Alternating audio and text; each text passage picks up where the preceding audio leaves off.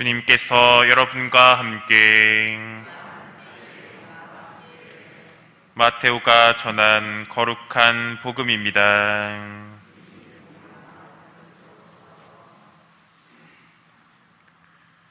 그때 예수님께서는 군중을 보시고 산으로 오르셨다. 그분께서 자리에 앉으시자 제자들이 그분께 다가왔다. 예수님께서 입을 여시어 그들을 이렇게 가르치셨다. 행복하여라 마음이 가난한 사람들, 하늘나라가 그들의 것이다. 행복하여라 슬퍼하는 사람들, 그들은 위로를 받을 것이다. 행복하여라 온유한 사람들, 그들은 땅을 차지할 것이다. 행복하여라 의로움에 줄이고 목마른 사람들, 그들은 흡족해질 것이다. 행복하여라 자비로운 사람들, 그들은 자비를 입을 것이다.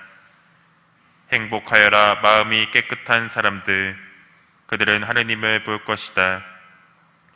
행복하여라 평화를 이루는 사람들, 그들은 하느님의 자녀라 불릴 것이다. 행복하여라 의로움 때문에 박해를 받는 사람들, 하늘나라가 그들의 것이다. 사람들이 나 때문에 너희를 모욕하고 박해하며 너희를 거슬러 거짓으로 온갖 사악한 말을 하면 너희는 행복하다. 기뻐하고 즐거워하여라. 너희가 하늘에서 받을 상이 크다. 주님의 말씀입니다. 그리스도님 찬미합니다.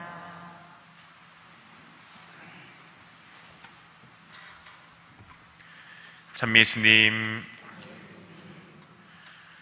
오늘 예수님 말씀은 산상설교의 첫 부분입니다.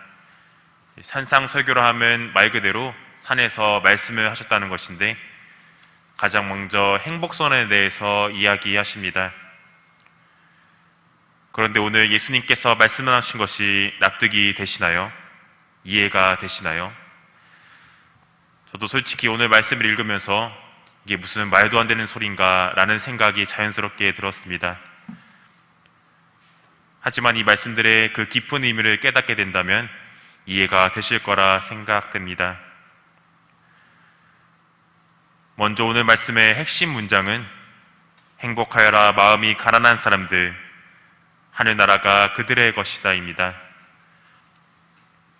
위로를 받고 땅을 차지하고 흡족해지고 자비를 받는 것들은 모두 하늘나라를 차지하는 것에 포함되기 때문입니다. 예수님께서 가난한 이들이 행복하다고 하시는 이유는 가난한 이들은 재물, 능력, 권력에 의지하는 게 아니라 오로지 하느님께만 의지할 수밖에 없기 때문입니다. 또한 가난한 이들은 나의 약함과 죄스러움을 알고 하느님의 용서를 간절히 바랍니다. 또한 목숨과 건강, 지능 등 온갖 종류의 소유를 하느님의 선물로서 바라봅니다. 다시 말하면 하느님만이 부족한 나 자신을 채워줄 수 있다고 오롯이 믿는 사람들이 바로 가난한 이들이라는 것입니다. 지금까지 참으로 가난한 이가 어떠한 사람인지 살펴보았습니다. 물론 무조건 돈과 재물, 권력이 없어야 가난한 이가 될 수 있는 건 아닙니다.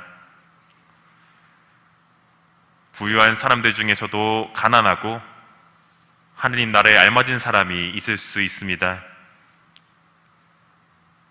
하지만 돈이 많은 부자들, 권력을 지니고 있는 많은 사람들의 경우가 자신의 상황에 만족하지 못하고 더 많은 부와 권력을 추구하기 마련입니다. 왜냐하면 인간은 나약한 존재고 부족한 존재이고 이기심과 욕심에 사로잡히기 쉽기 때문입니다. 그래서 가난해지기 위해서 의지적으로 노력하는 게 필요합니다. 저는 세 가지를 말씀을 드리고자 합니다. 먼저 기도하는 시간이 반드시 필요합니다. 가난한 사람은 하느님께 의지하는 사람이라고 아까 제가 말씀드렸습니다. 하느님을 자주 만나는 시간을 가져야 의지도 하기 마련입니다. 두 번째로 내 이웃들에게 자비와 배려를 베푸는 것입니다. 자비와 배려를 베푸는 것 자체가 하느님께 의지하고 있다는 반증이라고 할 수 있습니다. 마지막 세 번째로 11조를 잘하는 것입니다. 11조는 대표적으로 이사 때의 봉헌과 교무금이 있습니다. 저도 어렸을 때는 받은 봉헌금으로 떡볶이도 사 먹고 오락실도 갔던 기억이 있었는데, 이는 하느님께 의지한 것이 아니라 먹을 것에, 재미에 의지했던 것이죠. 하느님께서는 봉헌한 만큼 그 이상으로 반드시 채워주시는 분이십니다. 그리고 내가 다 사용하고 남은 것을 적선하는 게 아니라 가장 먼저 봉헌하는 자손의 형태로서 이루어져야 할 것입니다. 이번 한 주 언제나 하느님께 오롯이 의지할 수 있는 참으로 가난한 사람이 되어 행복한 시간을 누리셨으면 좋겠습니다.